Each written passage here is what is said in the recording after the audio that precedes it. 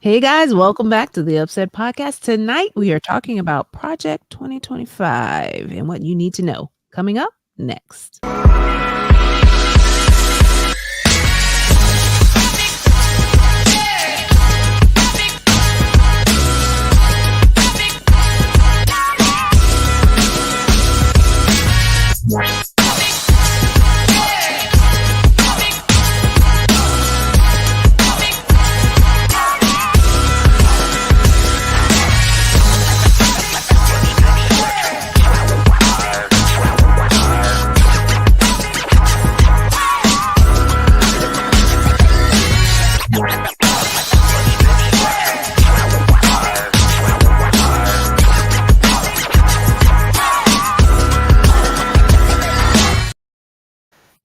Hey, welcome back. Welcome back. We're so happy that you joined us this evening. We're excited for tonight's live show.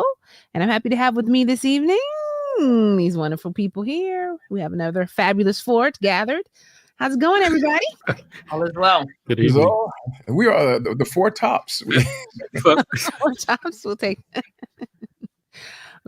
it. We'll take it.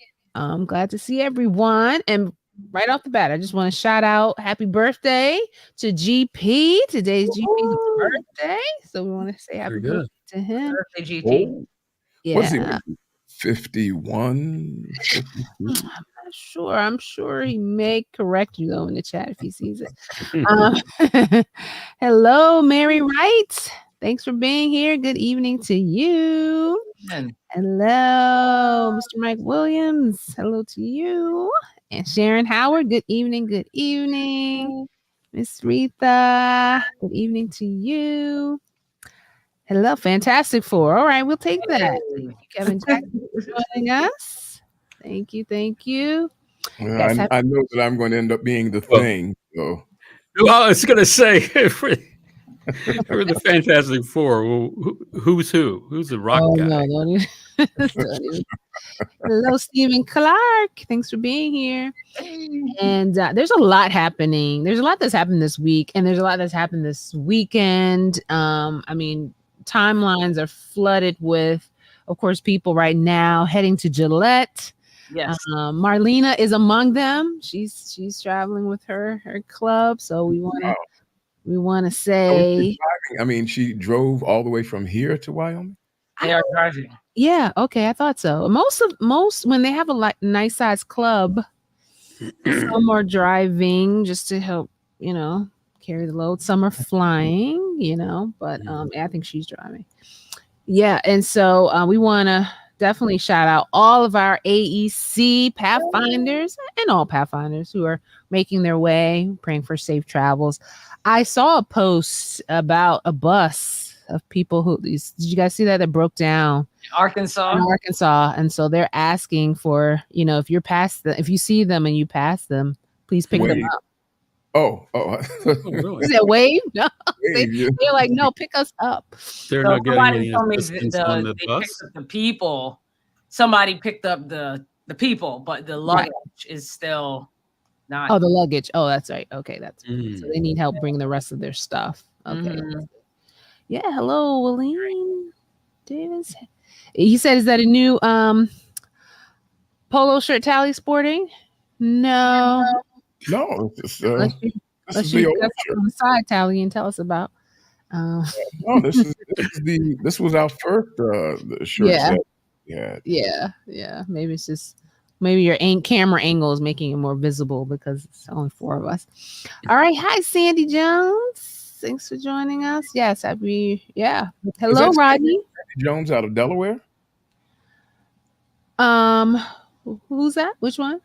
I was wondering if that was Sandy Jones out of Delaware. I mean, every once in a while I see a name. Hey, let us know where you're from. Yeah. For those who check in, let us know where you're from. Yeah. And there's one of the sweet singers of Israel, Trevor Byfield. West Philly. Oh, someone else got stranded in Kansas. Okay, yeah. Are they in Kansas? Tell them to click their heels together 3 times.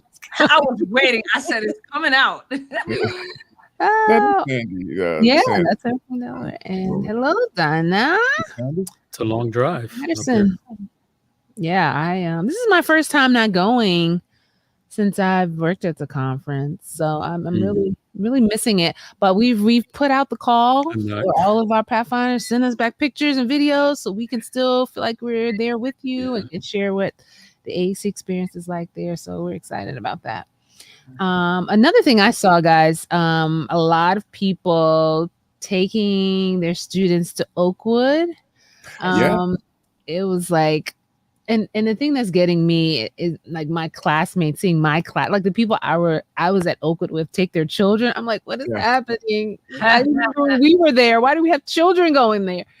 But it's always exciting, and it seems like the registration process is improving. I saw a few praise reports about how clearing was a little easier, so we're happy to hear that for them. It's an exciting time. Oh, yeah. But in the main news, we're seeing a lot about the Olympics. How many of you out there are watching the Olympics? Let us know in the chat if you're following.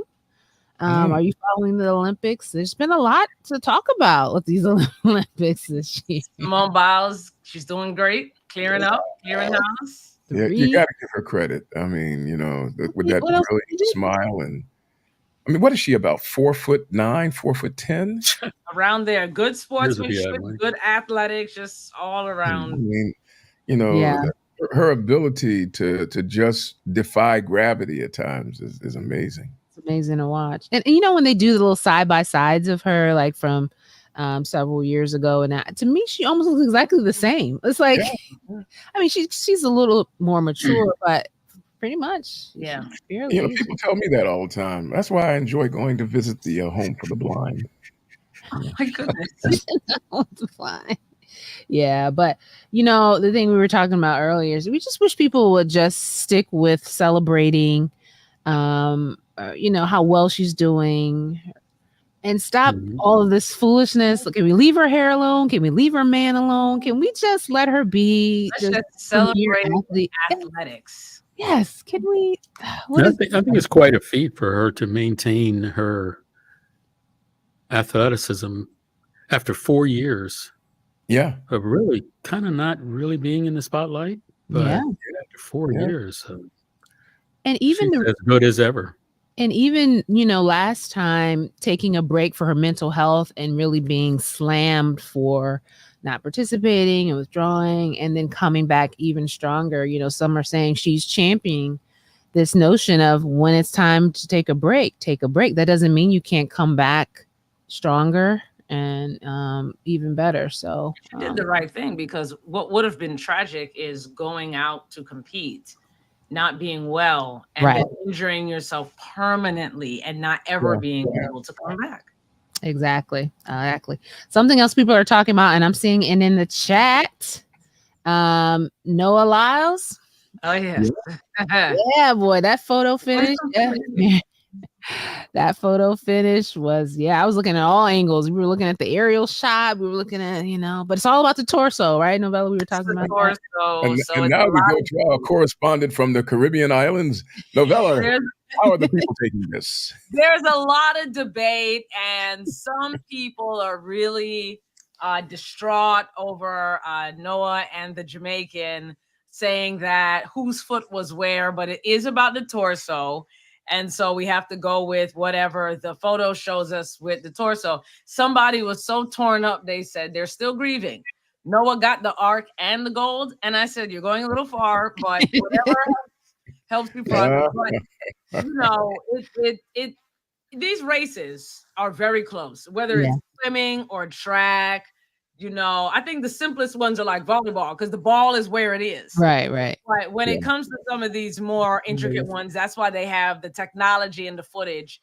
And so they will sort out their US versus Jamaican controversy, and I will just sit and wait. Right now we're saying yay, Noah Lyles.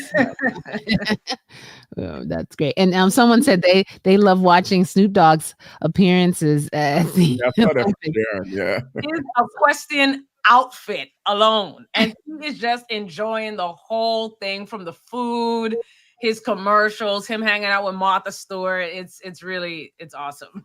Yes. And I think it's a wonderful thing. And then again, it's a thing that makes me scratch my head a little bit. a guy goes from being a gangbanger on trial for murder, a veteran and a committed dope smoker for years. You listen to some of his art, and I'm gonna kill another one, because I'm Snoop Double Dog. I mean, and then all of a sudden he's just an icon. America gives all sorts of opportunities to people. America. It's the American dream. Equal opportunity.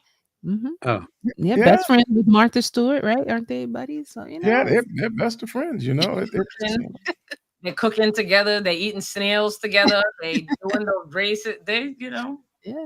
Everybody can make a comeback. Some other highlights real quick. People are mentioning, of course, Sha'Carri Richardson took silver. So we are also celebrating. So a first-time Olympian. Yeah. Right. Yeah. So that was pretty exciting to see a first-time Olympian. I believe that race was against the St. Lucian, Julian Alfred. Right, with the gold. We were all screaming. I mean, for a small, whether it be island or country or wherever somebody's from, to see someone be a first-time Olympian is amazing. So yeah.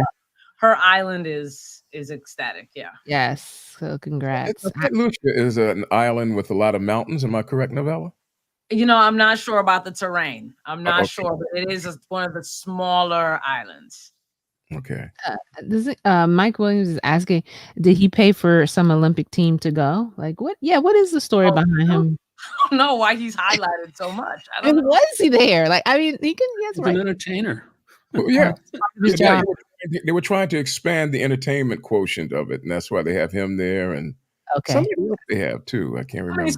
Serena Williams is there. I think I saw Pharrell. I think I saw him. Pharrell is there, but I don't think he's an actual part of the crew. No, the people are just there hanging out. But Snoop is like the poster boy. Yeah, he's like the mascot. The mascot. Like he's gonna carry the torch. He's gonna carry the torch. Yeah. The women's water polo team. I haven't watched it. I have to catch up, guys. I have to admit, I have not been watching the Olympics like I usually do. I'm just catching like the winning clips and stuff like that. But I really want to go back and watch everything. So yeah, I haven't even seen it. Ever since they told me I couldn't be on the team, and I was faster than anybody, but I had my car. I mean, so he was one of the torch runners. Who was one of the torch runners?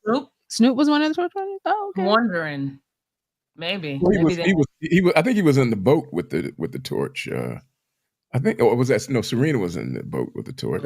I don't know. Don't start me. Okay, and the U.S. men got a team gold in gymnastics for the first time since 2008. Yeah. Okay. There's a brother, and there was a brother leading that team. Okay, so that's good. Yeah, there's some countries that historically dominate certain sports, like the French or the Germans or whatever usually. So when another country comes through and dominates for the first time, it's awesome to see, like, what the person just said about the US. Yeah. Oh, okay. So he entered with the torch. Okay. Oh, but still, why did he become, he's like on commercials. He's everywhere. He's like the guy in between.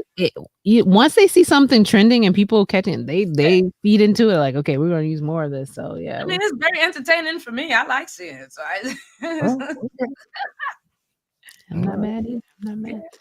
All right. So yeah, thank you everyone for chiming in and keeping us abreast of some of the stuff that I haven't even realized is going on. But yeah, a lot going on in the world right now. And speaking of a lot going on, yeah, that's right. He is living his best life. He's doing it. Grandpa Snoop. Speaking of everything going on in the world right now, one of the phrases we're hearing a lot is Project 2025. And some people, I hear people saying all the time, well, what is it? I mean, people are catching on that this is something we need to be aware of. People are catching on that we maybe should be concerned about it, but a lot of us do not really have a full understanding of what this project is. And so, of course, here in UpSet, we do our best to tackle these topics that are out there in the public eye and do our best to educate and discuss them. And so we are very, very blessed to to have someone who's very, very knowledgeable about these things. Who came in? Somebody And so he, of course, is going to lead us in our discussion this evening. Tally, please take it away. Well, let's get it started. First, welcome to everybody. And as we prepare to vote, we keep hearing about this thing called Project 2025. And here at the UpSet podcast, we try to give you a view on these things that will allow you to at least know how to incorporate them into your life and how you might respond to them. And so, without any further words, let's get right into it. Project 2025, or as it's better known, the 2025 Presidential Transition Project. Now, that's a mouthful. What does it mean, and who is it from, and what does it intend to do? These are the things that we'll tackle in the next few moments before we get into the discussion. Let's start off with what it promotes itself as doing. Project 2025 says that it is a 900-page document. It's a book. It's a blueprint that supposedly will assist how should we say it? It will assist a conservative presidential administration, helping them to make radical alterations to the way government does government. It would change existing structures and institutions and protocols and practices.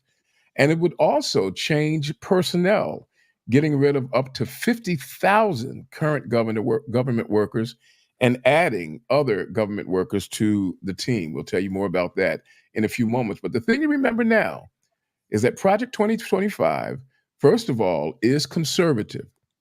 This is not something that comes across the wide spectrum of government. It is a conservative initiative, and it intends to make radical alterations, not minimal alterations, but really sweeping alterations. We'll tell you more about that in a few. But before we get into the nuts and bolts as to what Project 2025 purports to do, let's talk about where it comes from. You may have heard about this group before, but you may not know them, the Heritage Foundation. They are the source of Project 2025. In order to tell you more about the Heritage Foundation, why don't we take a look at what they say about themselves? They say that their mission is to formulate and promote public policies based on the principles of free enterprise, limited government, individual freedom, traditional American values, and a strong national defense. Now, that's the same kind of talk that you normally hear from really strong right-wing groups. And the reason you hear them from really strong right-wing groups is because the Heritage Foundation is a right-wing group. When you see words like free enterprise, that was the basis for the institution of slavery, limited government.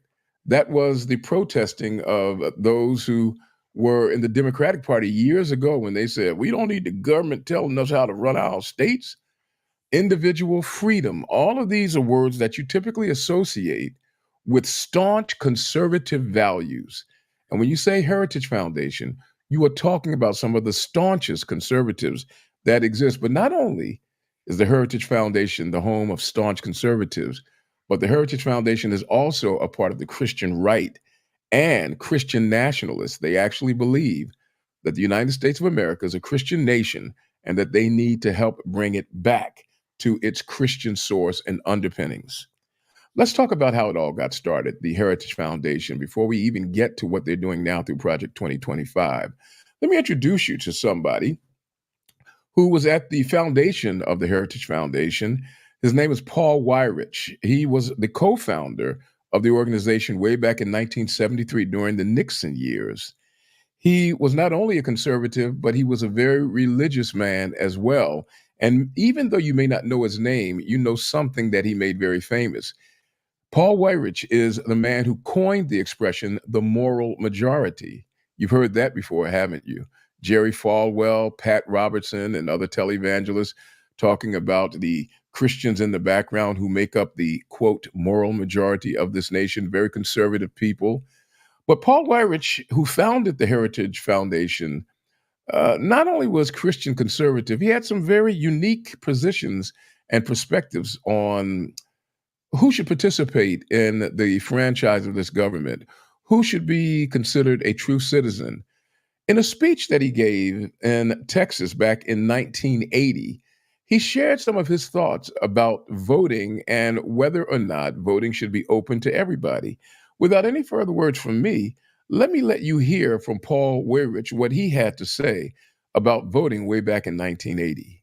They want everybody to vote. I don't want everybody to vote. Elections are not won by a majority of people. They never have been from the beginning of our country, and they are not now. As a matter of fact, our leverage in the elections, quite candidly, goes up as the voting populace goes down. I don't want everybody to vote. Did you hear that? This is the man who founded the Heritage Foundation, who gave us Project 2025, listing as a linchpin of his philosophy. I don't want everybody to vote. Our chances are better, he said, when we decrease the voting ranks. That is a part of how the Heritage Foundation approaches government, citizenship, and the participation of people. Paul Weyrich is dead. He died at the age of 66 many years ago. But fear not, the Heritage Foundation is still going strong with people who look a whole lot like Paul Weyrich. And let me just share with you who some of these people are. First, there's Spencer Chrétien, who is the assistant director of Project 2025 and also an officer with the Heritage Foundation. Troop Hemingway was a MAGA official who worked in the Trump government, who is now also an associate director of the Heritage Foundation and an associate director of Project 2025. And then there is the man himself, Paul Dance. Paul Dance was the director of the Heritage Foundation and one of the leading minds of Project 2025. But he backed out of it when it got a little hot in the kitchen for him. Over the last couple of weeks, Project 2025 fell in the crosshairs of many people's attention. And even Donald Trump was getting on Paul Dance's case. So Paul Dance backed out, even though he's very much a part of conservative republicanism in Washington, D.C. But the man that you really need to be aware of is this guy, Kevin Roberts. Kevin Roberts is the president of the Heritage Foundation and one of the leading conservative voices in the country. And now he is leading out in Project 2025. He is a devout Catholic who may be a part of the secret Catholic organization known as Opus Dei. And he is also the author of several books. One of them, surprisingly, is called African American Issues. And this man perceives that he understands African American issues better than most people. And he wrote this book about it. And he talks about what slavery did to African Americans. That sounds really good at first, but you got to read the book to see the slant that he takes on it. He's written other books as well, like the book Mandate for Leadership and his manifesto for taking back the government, Dawn's Early Light, taking back Washington to save America. This guy believes that we are in a battle, a revolutionary battle for American culture, and he perceives that it is the work of Christians like himself to bring America back to its roots. He speaks the language of a warrior. Even though he speaks gently, he's a very intelligent man. He served as a professor at college. Even though he is a very kind person personally, his language is very warlike. I want you to hear what he has to say about what he calls the revolution that's going on in this country from the conservative perspective. Without any further words, ladies and gentlemen, take a listen now, if you would be so kind, to Dr. Kevin Roberts. Well, if I push the button, it'll make it better. In spite of all this nonsense from the left, we are going to win. We're in the process of taking this country back. No one in the audience should be despairing. No one should be discouraged. We ought to be really encouraged. We are going to prevail. The reason that so many anchors on MSNBC, for example, are losing their minds daily is because our side is winning. And so I come full circle in this response and just want to encourage you with some substance that we are in the process of the Second American Revolution, which will remain bloodless if the left allows it to be. Did you hear that language? A revolution, and he says it's going to be a bloodless revolution, but only if people sit back and let it happen, if the left allows it to be. Now, I imagine that suggests that if there's opposition to what he wants to see happen in this country, it won't be a bloodless revolution. It will be a bloody revolution. And that brings us now to Project 2025. He was at the underpinnings of it. He kind of wrote the book for it. Let's talk about what it wants to do. To start off, Project 2025 is an initiative that rests upon four separate pillars, four underpinnings of the initiative. The first one being the pillar of policy, the next being one of personnel, then training, and then there's something called a playbook. Those are the four pillars of Project 2025. Let's expand upon it just a little bit. The policy pillar is one where they are going to try to change wholesale 330 plus different policies in the various departments of government. For example, they want to end Obamacare. They want to criminalize pornography. And now, many people say, well, that's a good thing, isn't it? It's according to what you call pornography. For example, you could call the Bible pornography. There are people getting raped in the Bible, people being sodomized in the Bible. It's according to what you call it. And what they are trying to say is anytime you see two people of the same gender in a book, in a loving relationship, they're calling that pornography. And they're trying to increase people's workload. If they're on, in other words, if you're getting welfare, then you got to go do something, go sweep a street, do something. That's just one thing that they're doing. When it comes to people or personnel, Project 2025, even as we speak, they are accepting applications online. You have to take a questionnaire so that they can find out how you think and if you agree with them, because they want to fire upwards of 50,000 current government workers and replace them with applicants who suit them and who share their perspective, their conservative perspective. Those individuals will receive training through what they call the Presidential Administration Academy. This Presidential Administration Academy will indoctrinate basically these new workers so that these new workers can become conservative automatons or robots, taking classes like Conservative Governance 101. And last but not least, Project 2025 has produced a playbook, a 180-day action plan that will provide instructions for these new workers to implement the new principles of this conservative government. Now, let me hustle through this now and share with you just a few things that Project 2025 wants to do. These are quotes from the actual project. They are saying, for example, that Congress should encourage communal rest. When it says Congress, that means pass a law to encourage communal rest on a particular day, and that day would default to Sunday, except for employees and employers with a sincere religious observance of a Sabbath or a different time. Here's another statement that they make, and these are direct quotes out of their playbook. They say that the Department of Human Services should, quote, proudly state that men and women are biological realities. Married men and women are the ideal natural family structure because all children have a right to be raised by the men and women who conceived them. That would, and I'm a part of an adopted family, that might put that at risk. But that is another thing that they want to do, make sure that there's no idea of transgendered life in America. Here's another statement that they make, that they should treat the participation in any critical race theory or DEI initiative without objecting on constitutional or moral grounds as per se grounds for termination of employment. In other words, if they think that you're teaching critical race theory or saying anything akin to it, or that you are acting or hiring people in accordance with DEI perspectives, you can be fired on the spot. This is what they're saying. These are just some of the things that Project 2025 is saying, but you can see that it is a draconian approach to changing government. But here's the big thing, and then we'll close. Is it in line with Christian values? Before we begin talking, we should ask ourselves that. Before we start talking about these conservatives, we have to ask, are they saying things that biblically make sense? For example, the Bible does support the notion of a day of rest. Is it okay then for the government to back that up? And how about this? The scriptures, where do the scriptures stand on the idea of terminating a pregnancy, or as we commonly call it, abortion? Are the scriptures for it or opposed to it?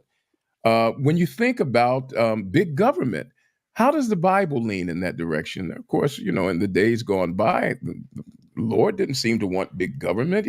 He had a prophet. He said he didn't even need a king. When it comes down to restoring the family as the centerpiece of American life, Is that in line with biblical teaching or not? This is one of their aims. This is something that we have to ask. And then last but not least, we have to ask, is there opposition to the LGBTQ agenda and issues so different from your perspective and other Christian perspectives? These are the questions that we have to ask, ladies and gentlemen. These are complex questions and issues, but I'm here to tell you, we have the people nearby who can settle them for you, because here at the UpSet podcast, our folks know how to handle situations and solve problems. So we turn it over to them now as we talk about Project 2025 with the greatest minds to be found anywhere on the planet. Those who listen and talk at the podcast, what say you one? What say you all? I want to first say your sarcasm is amazing. You know, as I was listening to the different breakdowns, specifically the 4 pillars, if you will, policy, people, training, and playbook. When you outline the certain, say, characteristics within those 4, what came to my mind was, if a voter, Christian or not, whatever, is looking at the fact that, oh, these pillars just provide order to this country that has been spiraling out of control, allowing people to pick what they want and do what they want. This just gives us some order. I could see that without someone reading in between the lines, or really reading to understand the depths of what the 4 pillars and its characteristics mean, someone could think that this simply provides order when it does not. It doesn't simply provide order. It provides a lot of disconnect. It provides a lot of opportunity for really strict control, and it will spiral out of control. Yeah. I was thinking about, you know, having a contract. You know, anytime you go and you're signing a contract of any sort, they always tell you to read the fine print, make sure you're reading every line, because, you know, there are individuals, like you pointed out, Tally, all of those things that seem to align with some of the things that we believe. And if that's what you're pushing as, this is really what Project 2025 is about, people will miss those other parts of it that will literally take away rights from them, or things that they're currently benefiting from without even realizing it. But because some of those other things are so high on their priority list, they're not even paying attention to what they will be losing. And I was so glad that you brought up the piece about religious liberty. Ironically, yesterday at Germantown, it was Religious Liberty Day, and the editor of Liberty Magazine, Bettina Krause, she was there, and she spoke about Project 2025, and actually said she had written an editorial in the magazine earlier this year. And I'll put it in the chat for those who want to read about it. But there's some dangerous things that come into play when we just simply nod and grin, that I don't think we realize can affect even us as Seventh-day Adventists and how we worship. So let's just be careful that we're not going along with the conservative opinion just because we feel like it aligns with other beliefs that we have. Rodney Smith. I'm sorry. Go ahead, Chuck. Oh, no, I was just going to highlight the second and third pillar, which suggests that they have given this a lot of thought to have a personnel database and to train the people that they prefer to work with them. And I understand that this is not new. They didn't come out, just a few days ago with this 900-page, monstrosity here. But it started back, I believe, correct me if I'm wrong, Tally, back in 2022, they started working on this document. And you're right. And there have been other iterations of it taking place even before the Project 2025 document was done. In fact, if you are a voter in this country, regardless of whether you're Republican or Democrat or what you choose, wherever you're registered at, it behooves you to not only make yourself astute with this Project 2025, but it's also important for you to realize how is this affecting your locality, your county, your city, your state, because all of these individuals that hold government office have to either buy into this or not. And how will you know? So it's not only that. There's also this 108. This is what scares me. This 180-day playbook. In other words, they mean business. Yeah. They mean we just pedal to the metal as soon as we get view this get as in a there. war, Charles. They view this as a war, and they have the Heritage Foundation is leading out, but they have over 100 other organizations, Absolutely, of the think tanks that are working with them, and they actually, this idea of the Mandate for Leadership, which is the book that is now the document leading the 2025 talk, is actually based on another book that was similarly written back in the 1980s called Mandate for Leadership during the Reagan years. I mean, so they've been working on this a long time. But there's something that, I mean, sometimes people put things in the chat that are, it's everybody has an opinion, but sometimes opinions are dangerous. And there's I just saw it. I believe it's the gentleman Rodney Smith said, all administrations do the same thing, Tally. Don't get it twisted. That is a dangerously false notion.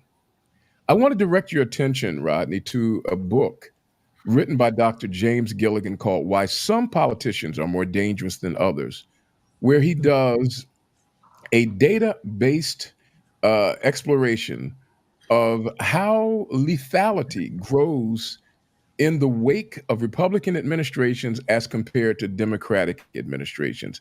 There are measurable differences in administrations, Rodney, and in saying something like that, it leads people to think that, well, it doesn't make any difference because one administration is the same as the other.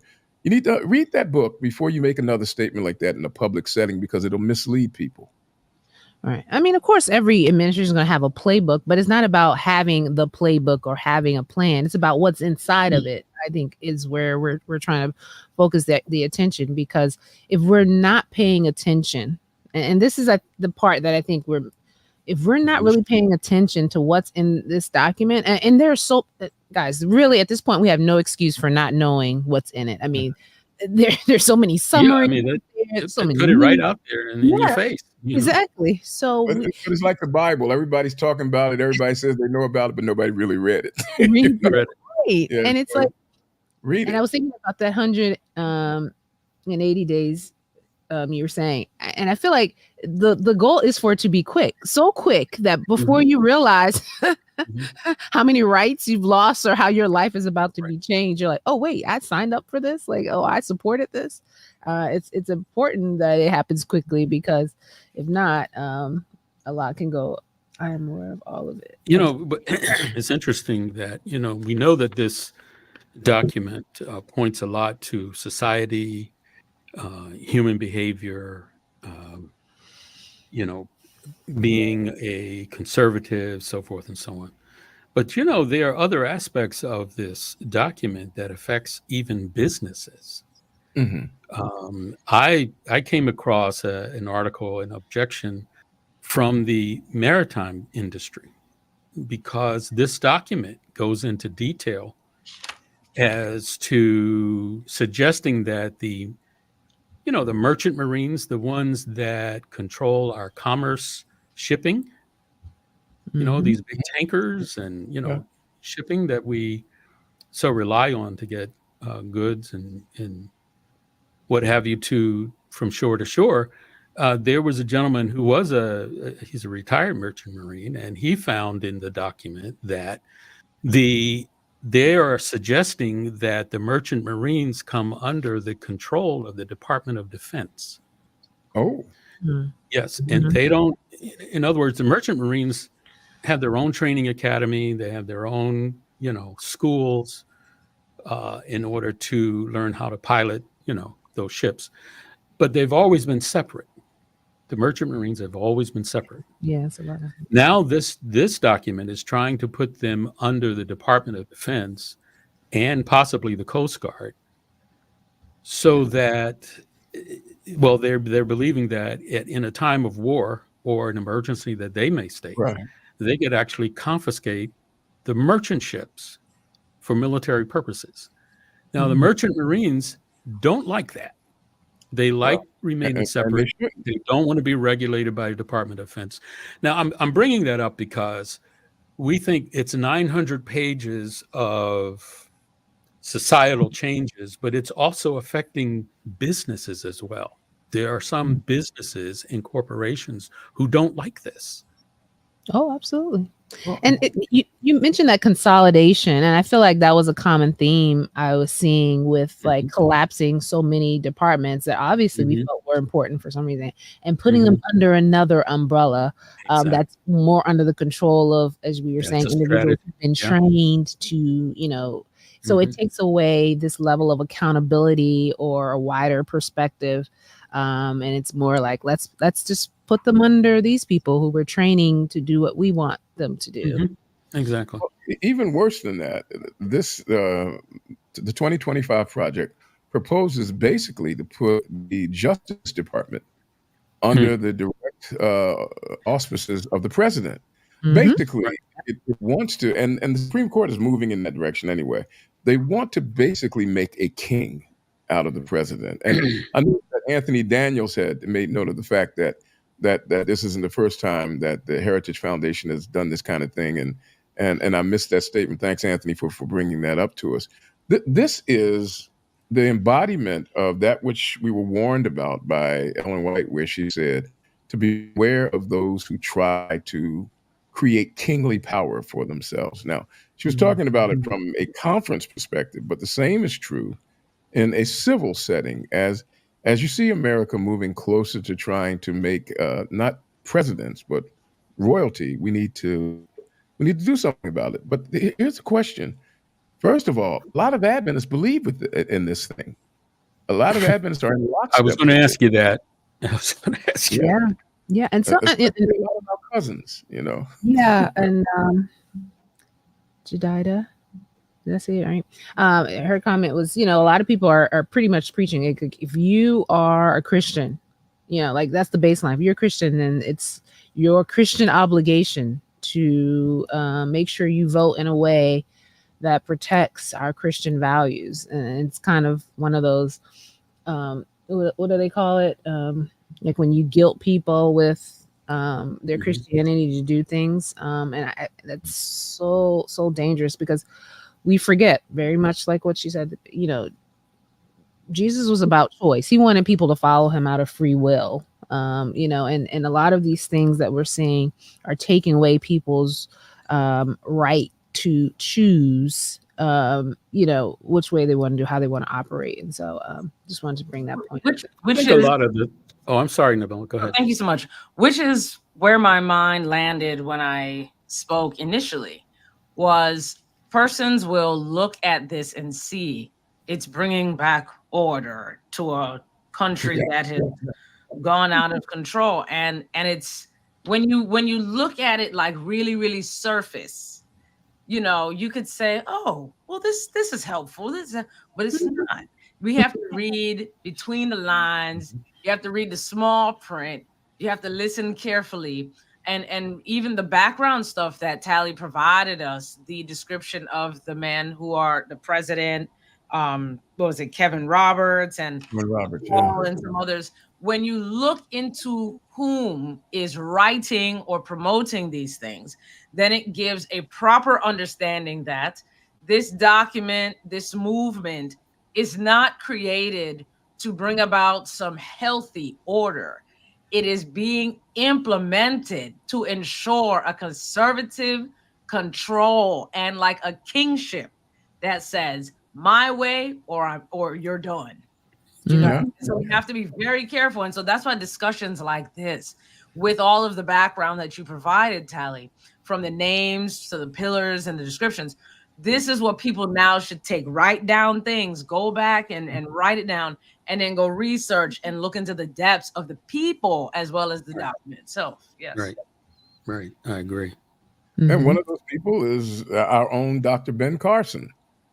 Someone noted that earlier, but he's very much involved, and some of the upper echelon of SDA administration are very much a part of trying to make this agenda a reality. The question is, I mean, as Adventists, we have often told people, we're not political, and some Adventists don't even vote because they say that it's worldly. Look, you need to, you have a duty as a citizen here that I think you should, equip yourself with information and then act in accordance with what is in the best interest of the people that you profess to care about. Absolutely. Yeah. There's another part of this.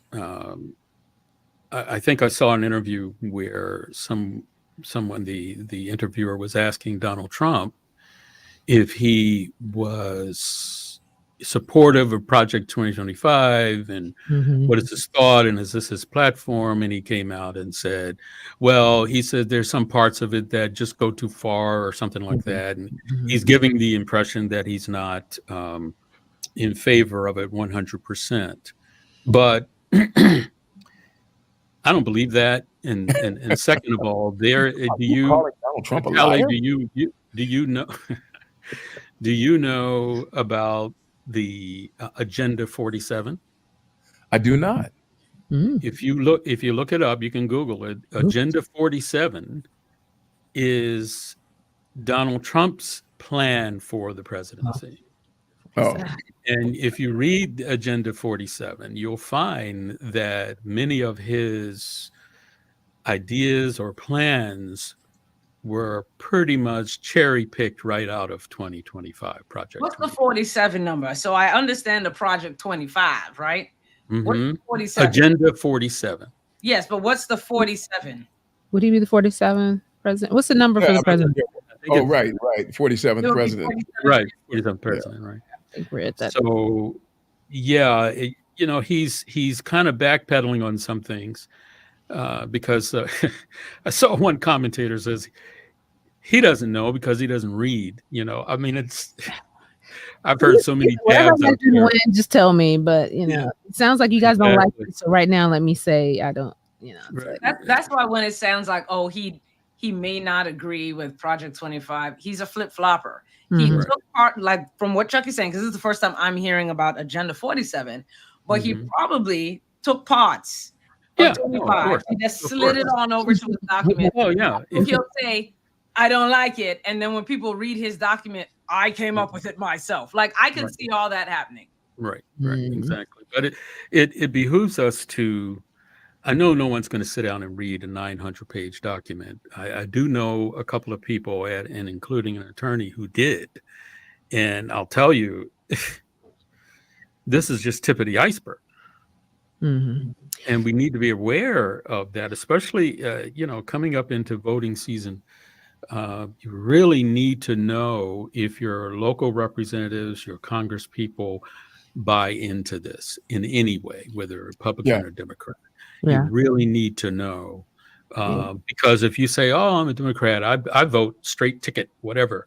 Well, there might be somebody on that ticket that likes what Project 2025 says. Yeah, that's true.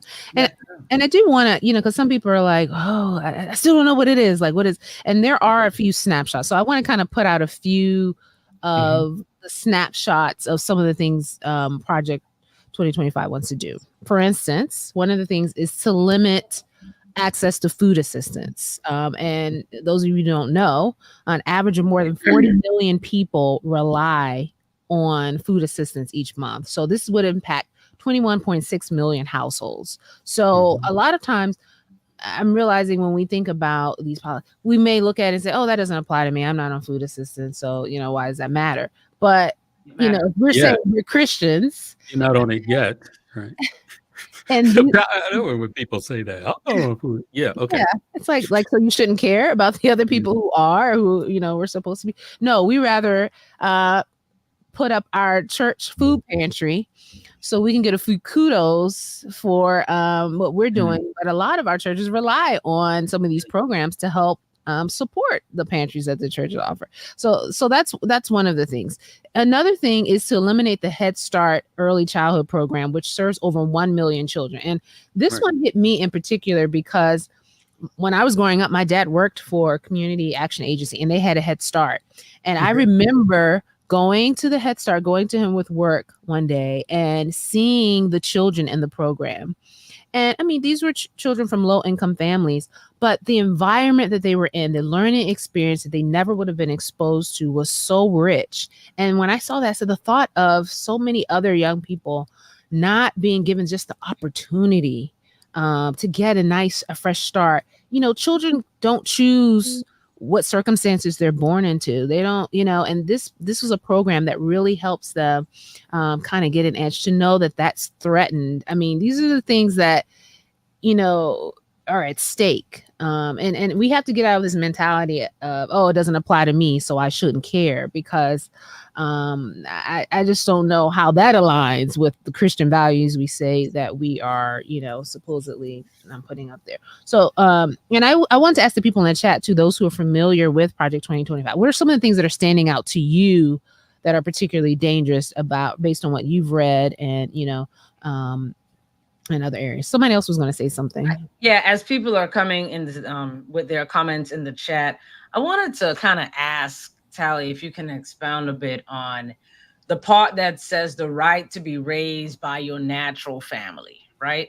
Does this pertain to adoption and so forth? Because I don't think that some people should be raised by their natural family. Right. Some people's blessing and their whole life is attributed to what God allowed to happen through adoption so that they could make it in a family that was wholesome. Or is this just pertaining to, say, a same-sex couple adopting a child? Is that where they're really trying to get at? That's what they're aiming at. They're aiming at the idea of couples, same-sex couples, not only adopting children, but through artificial insemination, having children. I mean, for example, Brittany Griner and her wife, Brittany Griner being the basketball player who had to be released from Russia. She and her wife are having a child obviously through some artificial means. And Brittany Griner, when a commentator said, "You're going to be a mom," and Brittany Griner reached over and told her, "No, Pops, he'll call me Pops." Now, that's complicated. You know, you have two women, one of the women who is clearly a woman because she plays in the WNBA saying, "Call me Pops." Does that mean that the word Pops has changed? And so they're saying, to avoid all of that confusion, people should only, that you shouldn't have a situation where people are artificially inseminating people as a part of same-sex couples, allowing them to become parents. They want to keep it to that place where two people by natural childbirth have their children. Now, I don't know how that will affect adoption going beyond that, but it's very complicated. It's because it's like you're firing at one thing, but you know, at the same time, other things are getting shot around it. You know, are being impacted by this one thing. There's so many comments in the chat that I wanted to, and I'll come back. Someone's correcting me there. I noticed, saying that I used incorrect English when I said that Brittany Griner and her wife, legally, that is her wife. I mean, that's that is the term. English, you know. Now, if you don't like it, that's okay, but legally, that's her wife. Biblically, we will say different, but legally, that is the legal term. Yeah. There's a lot of subjective language in this document. I mean, you know, it depends on how you interpret certain things. The conservatives interpret certain words and categories differently than progressives. So you really have to be careful when you're reading this document. The other thing I wanted to mention is that don't think that the conservatives are waiting for January to start this. Actually, some states have already started aspects of Project 2025. Namely, one is Florida. There's, I believe, Iowa is starting to put into place some of the policies that this document is putting forth. Yeah. But I just want to, as a side note, I just want to spin a little bit. I don't know if you know that there was a counter document. I don't know if it's completed or if it's widely known, called Project Freedom, from the opposite side of the aisle. And Project Freedom was introduced recently, and it's to counter Project 2025. So, we can't deep dive into that, but look it up. It's called Freedom Project, and is intended to be a counter document to the Project 2025. Is this who's authoring this? Is created by more democratic type? More democratic, yeah. Leaning. There's another project that will transcend any of them. It's called Project Get Your Monkey Hips Out There and Vote. If people just go out there and vote, then you don't have to worry. I mean, like Paul Weyrich, when he said, I don't want everybody to vote, they mean that. Yeah. I mean, Yeah. people died so that we would have the privilege to vote. For a black person to tell me that, it don't make any difference voting and all that, it is spitting in the face of people who sacrificed life and limb to make sure that this privilege was afforded to, particularly for people disenfranchised like African American people. So, I think it's important for, if you're a voter in this country, you're voting for someone. When you vote for someone, you're voting for a position or an aspect of policy or politics that you may or may not be familiar with. So I recommend that if you really want to know how saturated Project 2025 is starting, look up your local elected officials. Look at those that are running for office on the state level, on the city level, in the county level, and find out, go to their pages, go to their social network entries and find out what kind of language they're using. There are some websites where, if you don't know where to begin, because some people say, I don't know who my representative, I don't know who my congressman, whatever.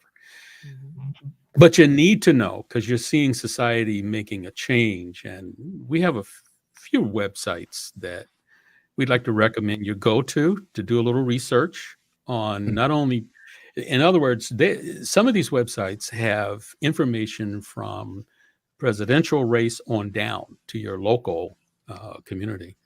So I don't know, Tasha, if you want to put up, one is ballotpedia.org. This is for information. We're not suggesting, Republican, Democrat. This is information about your currently serving individuals. Ballotpedia.org, usfoundation.org, and commoncause.org. And if you don't know, you can do something as simply put in your zip code, and the database will show you who your current elected officials are, and you get to see what comments they make about the work they've done, look at their records, and see if any of their activities or bills they've pushed through has any kind of a reflection of Project 2025. I just think, there's enough data out there for us to educate ourselves. There's some people don't do it, and they just vote the ticket. Okay, if you want to stay on one side of the fence or the other, but there is something to know about these individuals. These are individuals, that have their own, their own opinions and their own leanings, their own biases. I think it's important for voters to know as much of that as they can. Absolutely. And I do want to go back to the chat, because I asked people to share some of the things that have stuck out to them. And Marilyn brought up another one that I had seen, trying to cut back that overtime. Some of you may know the overtime pay.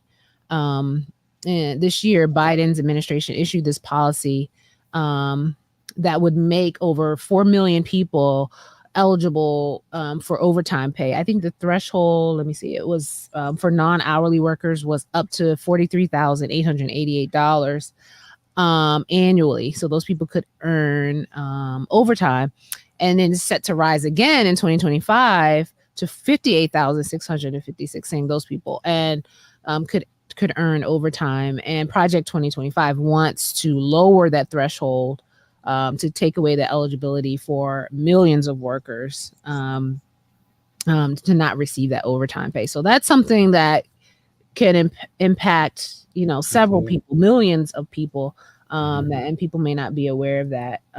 Somebody else said federal job security, civil liberties, in vitro. It's also targeting, because we were talking about earlier in vitro, we were talking about natural parents. Someone else is bringing up, it will reverse the Affordable Care Act. Yeah, that's something they've really been going after for a while, and having a hard time trying to get to that, because they thought that was something that was a black thing, and they discovered that in West Virginia and Tennessee, and all that there are a lot of people who are not black people who are depending on the Affordable Care Act that are known as Obamacare. And Dr. D was that part where you were talking about being raised in a biological family will not only impact the transgender community, but will impact the local community, social services, people who are from a different ethnicity or maybe older, like the older parents. So it impacts more than just, as I was saying, there's like that domino effect when we're looking at some of that. Yeah. I'm sorry, I wanted to make sure I included. Oh, here's another one. It seeks to cut Medicare and Medicaid, and that's a big impact. And in its quick implementation of capital punishment. So, guys, I mean, this is just some of what's in this document. A lot of our listeners are firm believers in the death penalty. There are a ton of Christians who really favor, but will tell you we need to bring back the death penalty, and you got to be mindful of the fact that the death penalty in the hands of an unjust mechanism is frightening to behold. And people say, well, the Bible says that an eye for an eye and a tooth for, and they don't understand that when the Bible is saying an eye for an eye, a tooth for a tooth, it's not telling you go out and get even with people. It's trying to limit you. I mean, people in the old days, if you shot my dog, I'd burn down your house. And so the Bible was saying, look, if somebody put out your eye, all you can do is put out their eye. It's trying to limit revenge.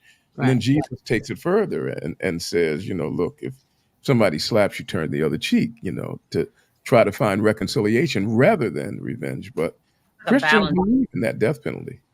Yeah. It's a balancing act with the whole thing. And the justice system, not just the,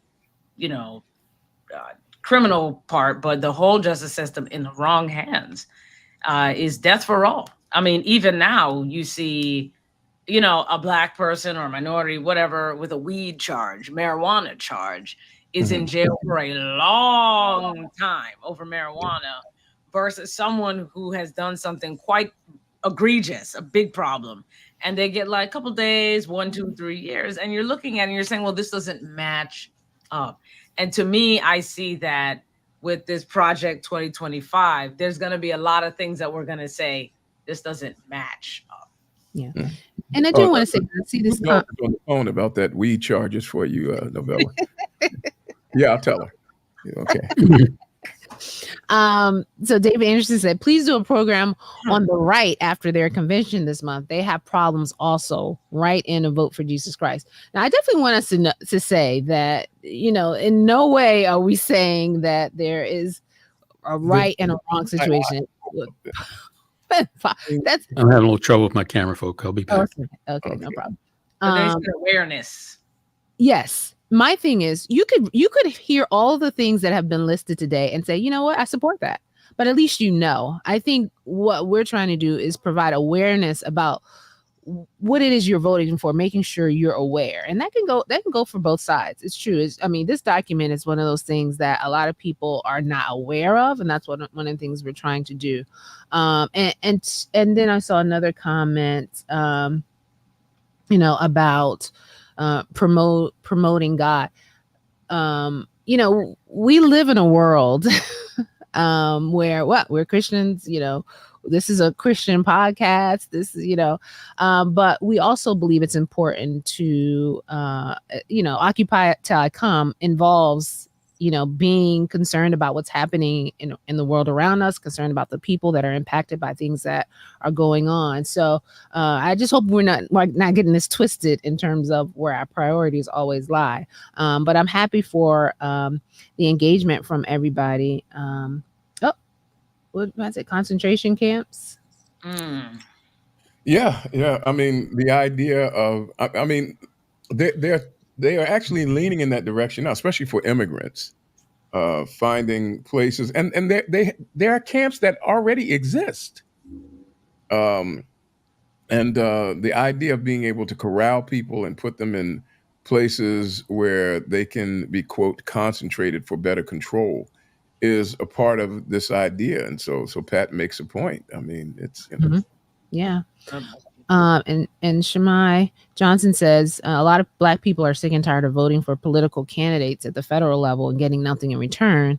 We are Christian. Let us not have the spirit of fear. And that was one of the things we talked about anytime we talk about politics is part of it is also holding our leaders accountable. If there's something that they're promising that we support and we don't see it happening, we have the right to speak our voices as well. I mean, it doesn't just stop with the vote is what I'm saying. Our level of involvement doesn't start and stop with the vote. It's also about, sharing concerns, writing your local leaders, making sure that you have a voice and you're speaking up. But I think you're right. I have heard people express that as well. Okay. So we got a lot of little comments here. Oh, that's good. I'm glad that people are thinking. I mean, we don't all have to agree on everything, but let's at least be informed and active so that we're not taken for granted. Absolutely. Yeah. I agree. And, and one of the things, we're committed to is information.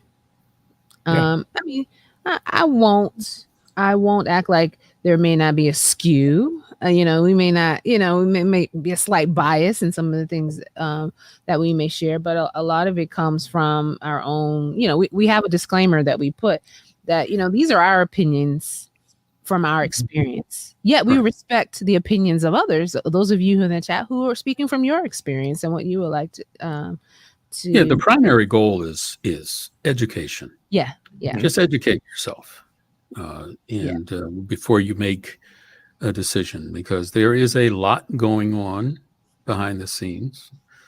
It wouldn't hurt to occasionally tune in to C-SPAN and some of the other presentations that your legislators make on certain bills.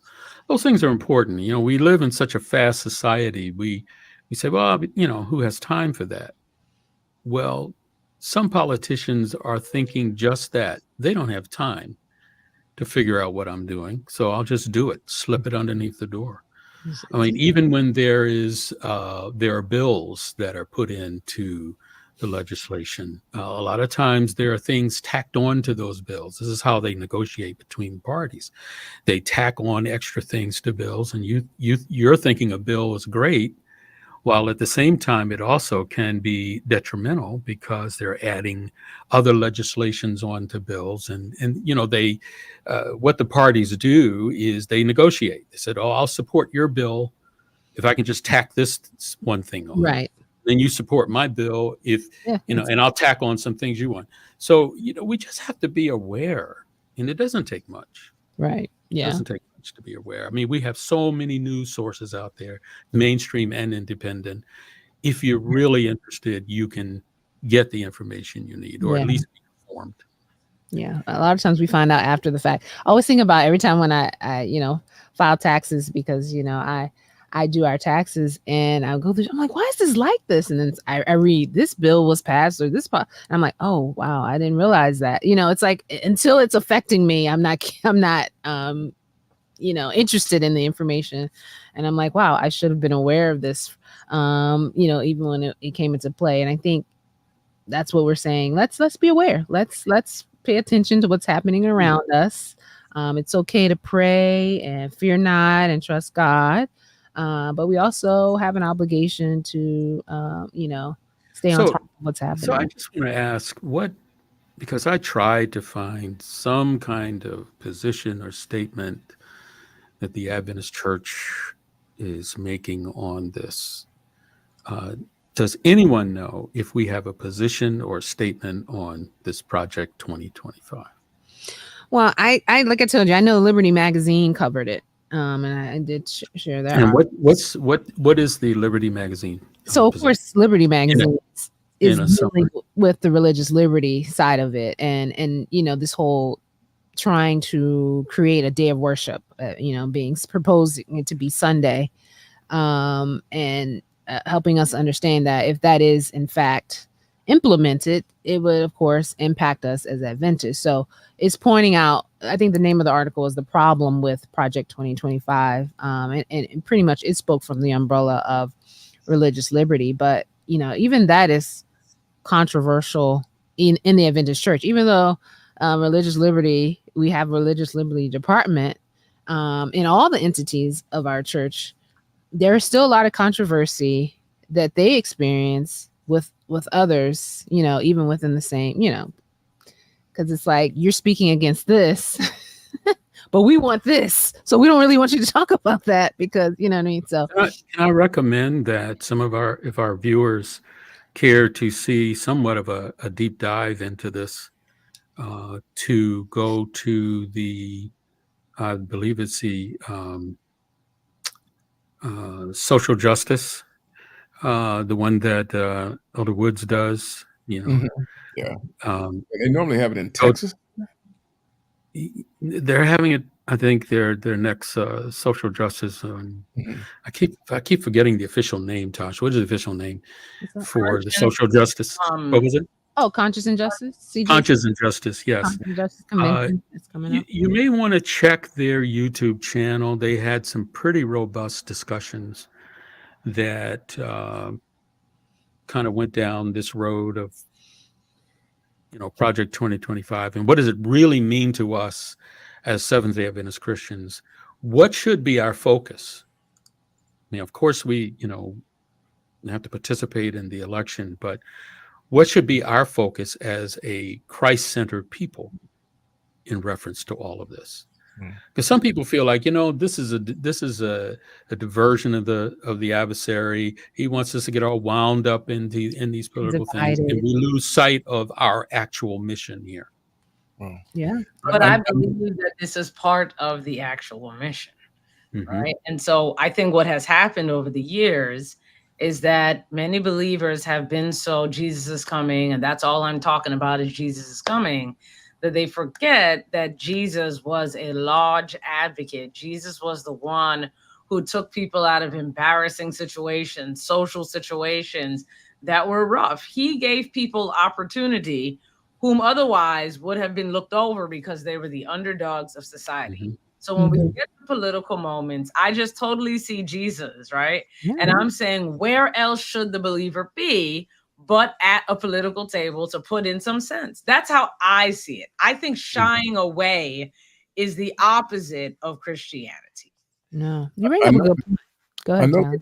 we're getting ready to land the plane and time is fleeting, but I wanted to first, before we did, I wanted to make sure that we remembered our good friend Steve Richardson, who came through a real serious surgery yesterday, and I heard from him and he's doing well. But also added to that, this is a day of great news, because one of our dear Republican political leaders has found joy and happiness. Tim Scott got married today. Tim Scott, the senator from down in South Carolina, got married. And if you know, you know. I don't know, Tally. Sometimes when you make these announcements, I'm waiting for that. Like, I'm waiting for the punchline or the other shoe to drop. You just gotta Google. Yeah. Many people thought that. Well, he's gotten married today, and so that's just good. Bless his heart. Mm-hmm. Thank you, Tally, for making us away. But I think our intent for this to just ask you to be aware. Yep. Take some time to read. Take some time to, look back at our history, because we often forget our history in this country. This is a very sophisticated way of recycling a lot of our history. Mm-hmm. I heard that, Sharon. Absolutely. Yeah. Hard. And then you get Pat involved. No, we're not good. But yeah, thank you guys. I really appreciate having this dialogue. I remember we were talking, I don't know if it was one of us or one of our listeners, like, I need you guys to get more upset. Like, I need you to deal with more controversial stuff on the podcast. They're like, you need to tackle these tough topics. And so we are attempting to do that more and more. And we thank you guys for some of your suggestions. They are in the queue. Continue to share suggestions in the chat. We go back and look at them and talk about them as we meet each week. So if there are other things that are coming up that you want to hear us discuss, let us know, because like I said, we want to talk about what you want to talk about. And so thanks once again. Thanks, Tally, for that great overview. Very much so. And guys, share this with someone. I mean, we're not just doing this for this hour of the day. This is something that we hope that you can share with others who are still trying to figure out what it all means. And that's what it's about. Sharing is caring, as they say. Yeah. All right. And continue to pray for those traveling to Gillette. We're hoping that they have a great experience. We hope to be able to share some stories next week when we come on live. And keep the chat going. And I always tell guys, if you're watching on Facebook, go back and read the YouTube comments that sometimes don't get displayed, and vice versa, because there's great dialogue that sometimes you guys don't even get to see, but check it out. All right. Trevor just mentioned the NABJ. We'll get that next week, Trevor, but that's a good point. The National Association of Black Journalists. Yeah, we missed that one. Okay, yes. Oh, yeah. I'm putting it down so we can. Winston. I didn't hear. Which one is that? The NABJ, where Donald Trump appeared before the National Association of Black Journalists and insulted several of the panelists. But there was an argument both ways on that. There were some, African American talkers on social network that were saying that the first journalists and the first question was presented rather rudely.